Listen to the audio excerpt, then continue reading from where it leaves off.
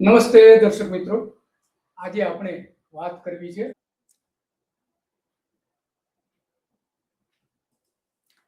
નમસ્તે દર્શક મિત્રો, આજે આપણે કાલચક્રમાં વાત કરવી છે કે ભારતીય જનતા પાર્ટીના અગાઉના નેતાઓ લોકતંત્રને કેટલું મહત્વ આપતા હતા, લોકશાહી માટે શું કરતા હતા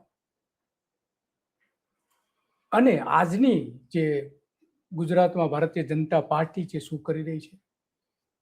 કારણ કે આ જે સ્થાનિક સ્વરાજ્યની ચૂંટણીઓ જે છે એમાં મોટા પ્રમાણમાં ઉમેદવારોને ધમકાવવાનું કામ આજ હર્ષ સંઘવીના પોલીસ વિભાગ દ્વારા કરવામાં આવે છે. આજ ભૂપેન્દ્ર પટેલ કરી રહ્યા છે. ટિકિટો જેને આપવામાં આવી હતી ત્યારથી લઈને ઉમેદવારી પત્ર પરત ખેંચવા સુધીમાં અનેક ઉમેદવારોએ એવું કહ્યું કે આ સરકાર અમને ધાક અને ધમકી આપે છે. તો આવી 700 બેઠકો બિનહરીફ કરી છે. આ રીતે લોકોને મત આપવાનો અધિકાર છે. એના ઉમેદવાર 2-3 પક્ષ નક્કી ન કરી શકે કે એમને બિનહરીફ જાહેર કરવી, એ લોકોનો અધિકાર છે. મત આપવો એ છીનવવામાં આવી રહ્યો છે. અને એટલા માટે વાત કરવી છે. વાત આપણે એટલા માટે કરવી છે કે નરેન્દ્ર મોદીએ ભારતીય જનતા પાર્ટીના સ્થાપના દિવસે એક ડોક્યુમેન્ટરી જાહેર કરી હતી. એના પોતાના અવાજમાં પોતે નેરેટિવ જે આપતા હોય એ રીતે એ પેલા સાંભળી લઈએ અને પછી ગુજરાતમાં કઈ રીતે નરેન્દ્ર મોદીનો ભાજપ, આ ઓરિજિનલ ભાજપ નથી, એ શું કરી રહ્યું છે એ આપણે હમણાં પછી જોઈએ. પહેલા એમને સાંભળી લઈએ કે એ શું કહી રહ્યા છે ભારતીય જનતા પાર્ટીના ભવ્ય ઇતિહાસ વિશે.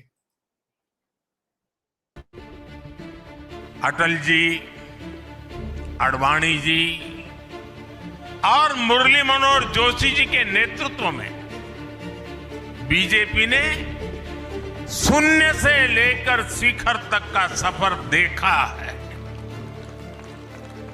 इस सदी में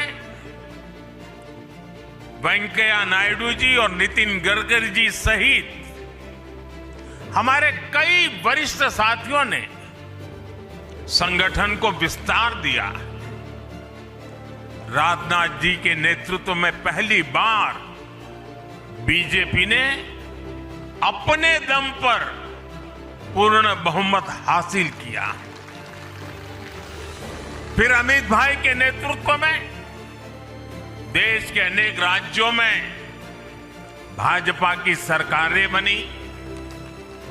लगातार दूसरी बार केंद्र में बीजेपी की सरकार बनी. फिर जेपी नड्डा जी के नेतृत्व में भाजपा पंचायत से लेकर पार्लियामेंट तक और सशक्त हुई.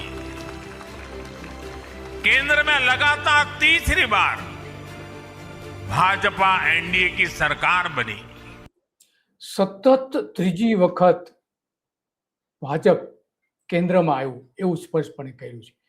આપણે જાણીએ છીએ કે ગુજરાતમાં આ જ મોડેલ અપનાવવામાં આવ્યું છે. લોકોને ડરાવી ધમકાઈને એના ઉમેદવારી પત્રો પાછા ખેંચથી લઈને ઘણું બધું કર્યું છે. પક્ષાંતર મોટા પ્રમાણમાં ભારતીય જનતા પાર્ટીએ કરેલું 75,000 જેટલા કાર્યકરો કોંગ્રેસમાંથી લાવવામાં આવ્યા છે. એવું CR પાટીલના સમય સુધીમાં. પછી તો ઘણા બધા પક્ષાંતરો પણ થયા છે. આજે મહત્વના જે નેતાઓ જે છે ભારતીય જનતા પાર્ટીમાં અને સરકારમાં એ બીજા પક્ષમાંથી લાવવામાં આવ્યા છે. ભાજપ પહેલાનો જે પક્ષ હતો જનસંઘ, એમણે ગુજરાતમાં પહેલી જે વિધાનસભાની બેઠક જીતી હતી એ 1962માં જીતી હતી. ત્યારથી ભારતીય જનતા પાર્ટી ગુજરાતના રાજકારણમાં છે. એના પૂર્વ જનસંઘ સાથે ગણીએ તો જનસંઘ જ્યારે હતું ત્યારે અમદાવાદ શહેર, રાજકોટ અને શહેરી સ્થાનિક જે કાઉન્સિલર્સ તરીકે ચૂંટાતા હતા. પછી 1980માં જે સ્થાપના થઈ ભારતીય જનતા પાર્ટીને, જે નરેન્દ્ર મોદી એનું ગૌરવ લઈ રહ્યા છે, એ ત્યાર પછી ગુજરાતમાં ધીમે ધીમે એક પછી એક સ્થાનિક સ્વરાજ્યની સંસ્થાઓ કબજે કરવા લાગ્યા. એ પહેલા જોકે જનસંઘ વખતે ભારતીય જનતા પાર્ટીએ બે સરકારો બનાવી હતી. કેશુભાઈ પટેલ ત્યારે કૃષિ પ્રધાન પણ હતા ચિમનભાઈ પટેલની સરકારમાં, અને એ પહેલાની બાબુભાઈ જસભાઈ પટેલની સરકાર વખતે પણ. તો બે સરકારો ત્યારે બનાવી હતી જનસંઘ વખતે, અને પછી 1980 પછી પણ ચિમનભાઈની સાથેની એમની ભાગીદારી કરી. 1980-85માં પહેલી વખત ભાજપે કોર્પોરેટર તરીકે પોતાની પહેલી બેઠક જીતી હતી અને એમાં ગુજરાતમાં સ્થાનિક સ્વરાજ્યની પહેલી સત્તા અમદાવાદ મ્યુનિસિપલ કોર્પોરેશનમાં 1987 થી 1988માં મેળવી હતી. અમદાવાદ મેળવ્યા પછી રાજકોટ, સુરત, વડોદરા કે જે આજે પણ ભારતીય જનતા પાર્ટીનો ગઢ છે, મહાનગરપાલિકાઓ, અને બીજી હવે તો ઉમેરીને કુલ નગરપાલિકાઓ જે 17 થાય છે એમાં 15 તો અત્યારે ચૂંટણી છે, અને એમાં આ બધી અરાજકતા આપણે જોઈ શકીએ. નરેન્દ્ર મોદી આગળ શું કહ્યા છે સાંભળીએ, તો એમને પણ સાંભળીએ કે શું કહી રહ્યા છે. पूर्व के सभी अध्यक्षों का उनके अमूल्य योगदान के लिए देश के कोटि कोटि कार्यकर्ताओं की तरफ से और मेरी तरफ से बहुत बहुत अभिनंदन करता हूं. अब माननीय नितिन नवीन जी हम सभी के अध्यक्ष हैं, और जब बात पार्टी के विषयों को आती है तब माननीय नितिन नवीन जी, मैं एक कार्यकर्ता हूं, वे मेरे बॉस हैं. એ તો માત્ર કહેવાની વાત હતી કે હું મારા બોસ નીતિનજી છે. વાસ્તવમાં બોસ તો નરેન્દ્ર મોદી છે, પાવરનું કેન્દ્ર જ નરેન્દ્ર મોદી છે. ગુજરાતમાં જે કંઈ થઈ રહ્યું છે એની મંજૂરી વગર કંઈ કશું થતું નથી. તો આ આપણા માટે બહુ ગંભીર ચિંતાનો વિષય છે. ગુજરાતમાં ચારે બાજુ અરાજકતા જોવા મળી રહી છે, પક્ષાંતર મોટા પ્રમાણમાં થઈ રહ્યું છે, પણ સાથે સાથે 700 બેઠકો બિનહરીફ કરવામાં આવે એ કોઈ પણ રીતે કોઈ પણ રાજકીય પક્ષ માટે સારી બાબત નથી. રાજકીય પક્ષ માટે જ નહીં, લોકો માટે પણ સારી બાબત નથી. તો લોકશાહી પદ્ધતિને ખતમ કરી દેવાની વાત આવી રહી છે. મેન્ડેટ આપવામાં પણ એટલા મોટા પ્રમાણમાં CR પાટીલના મત વિસ્તારમાં મોટા પ્રમાણમાં મેન્ડેટ ગુમ થઈ ગયા હતા કોંગ્રેસના, અને ત્યાં મોટાભાગની બિનહરીફ થઈ. કોણે કરી, કઈ રીતે કરી, શું થયું હતું બધું આ નાટક તો ગુજરાતના લોકો જાણે છે સારી રીતે. તો અત્યારનો જે ભારતીય જનતા પાર્ટી જે છે એ લોકશાહી માટે નહીં પણ લોકશાહીની હત્યા માટે કામ કરતો હોય એવું દેખાઈ રહ્યું છે. અને બીજી બાજુ રાષ્ટ્રવાદી પક્ષ કે છે, તો આ કોઈ પણ હિસાબે રાષ્ટ્રવાદી પક્ષના નિશાનો નથી, એના કાર્યકરો જ વિરોધ કરી રહ્યા છે. અને એટલા માટે આજે આપણે વાત કરવી પડી છે કાલચક્રમાં, અને વહેલી તકે આ સ્થિતિ ગુજરાતમાં સુધરે એ અત્યંત જરૂરી છે. ભૂતકાળ એકદમ ભવ્ય હતો. કેશુભાઈ પટેલ અને એ સમયના જે કાશીરામ રાણા, સુરેશ મહેતા, AK પટેલ, રાજેન્દ્રસિંહ રાણા અને સૂર્યકાંત આચાર્યથી લઈને ઘણા બધા એવા નેતાઓ હતા કે જેને ભારતીય જનતા પાર્ટીને સાચી રીતે લોકોના દિલમાં વસાવી હતી.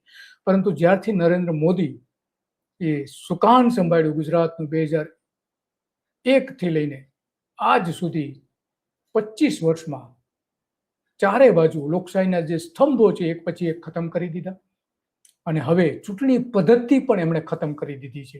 એ આ અત્યારના જે આપણે જોઈ શકીએ છીએ ચિત્ર આખા ગુજરાતમાં ઊભું થયું છે. અને ભારતીય જનતા પાર્ટીના પોતાના કાર્યકરો નેતાઓ વિરોધ કરી રહ્યા છે. યોગેશ પટેલ અને ભરૂચના સાંસદ મનસુખ વસાવા વિરોધ કરી રહ્યા છે, ડોક્ટર કાનાબાર, આ બધા જ વિરોધ કરી રહ્યા છે કે આ કોઈ પણ રીતે સાચી પદ્ધતિ નથી. અને એમની વાત સાચી જ પડી છેલ્લે, કારણ કે જે ક્રાઇટેરિયા નક્કી કરેલા હતા ભારતીય જનતા પાર્ટીએ એની વિરુદ્ધ ઘણા બધાને ટિકિટો આપવામાં આવી છે. 60 વર્ષથી ઉપરનાને આપી છે, કુટુંબવાદ ચલાવવામાં આવ્યો છે, સેન્સ જે લેવામાં આવી હતી એમાં જેના નામ નહોતા એવા બધાને ટિકિટો આપી દીધી છે. કેટલાક તો ગુંડાઓ જે છે એમને ટિકિટો આપવામાં આવી છે. દારૂનો અડ્ડો ચલાવનારા એક મહિલાને પણ ટિકિટ આપી છે. તો આ જે કંઈ થઈ રહ્યું છે હરીફ પક્ષના ખતમ કરવા માટે થઈ રહ્યું છે, અને લોકશાહીમાં કોઈ પણ રીતે યોગ્ય નથી. અને એટલા માટે કાલચક્રમાં જે વાત કરવી પડે છે કે એક સમયનો જે ભારતીય જનતા પાર્ટી હતી એ હવે નથી રહી. હવે લોકશાહી વિરોધી પક્ષ બની ગયો છે. અને એટલા જ માટે ન્યાયતંત્રથી લઈને અખબારોથી લઈને જે લોકપાલ છે, આપણે લોકાયુક્ત કહીએ છીએ ગુજરાતમાં, ચૂંટણી પંચ, રાજ્ય ચૂંટણી પંચ એક પક્ષે વર્તી રહ્યું છે, કેન્દ્રીય ચૂંટણી પંચ એક પક્ષે વર્તી રહ્યું છે. ગુજરાતમાં 1 કરોડ મતદારો ડિલીટ કરી દેવાયા, 1 કરોડ મતદારોની ગોલમાલ થઈ હોવાના આરોપો મૂકવામાં આવી રહ્યા છે. 73 લાખ જેટલા મતદારો ડિલીટ કરી દેવાયા છે. શા માટે? ચૂંટણી તંત્ર જ ખતમ કરી દેવામાં આવી રહ્યું છે. હવે એમાં આ એક 700 ઉમેદવારો બિનહરીફ જાહેર થયા છે એ પણ એનો એક ભાગ છે કે વિરોધ પક્ષ ક્યાંય ન હોવો જોઈએ.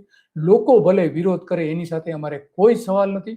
અમે તો ચૂંટણી એન કેન પ્રકારે તંત્રનો ઉપયોગ કરીને, પોલીસ, વહીવટી તંત્રથી લઈને ચૂંટણી પંચથી લઈને તમામનો ઉપયોગ કરીને છેલ્લે આ બધા તંત્રમાં જ્યારે નિષ્ફળ થાય ત્યારે 25 લાખથી 50 લાખ રૂપિયા સુધીમાં સામેના પક્ષના ઉમેદવારી પત્રો પરત ખેંચવામાં આવ્યા હોવાના રેકોર્ડ્સ પણ આપણી પાસે છે. તો આજે બસ આટલું જ, અને આવી જ બાબતો ઉપર આપણે ચર્ચા કરતા રહીશું. અને જ્યાં ખોટું થતું હશે અને નરેન્દ્ર મોદીના જે વચનો છે એ ખોટા સાબિત થતા હશે ત્યારે આપણે કાલચક્રમાં એ બતાવતા રહીશું. નમસ્તે.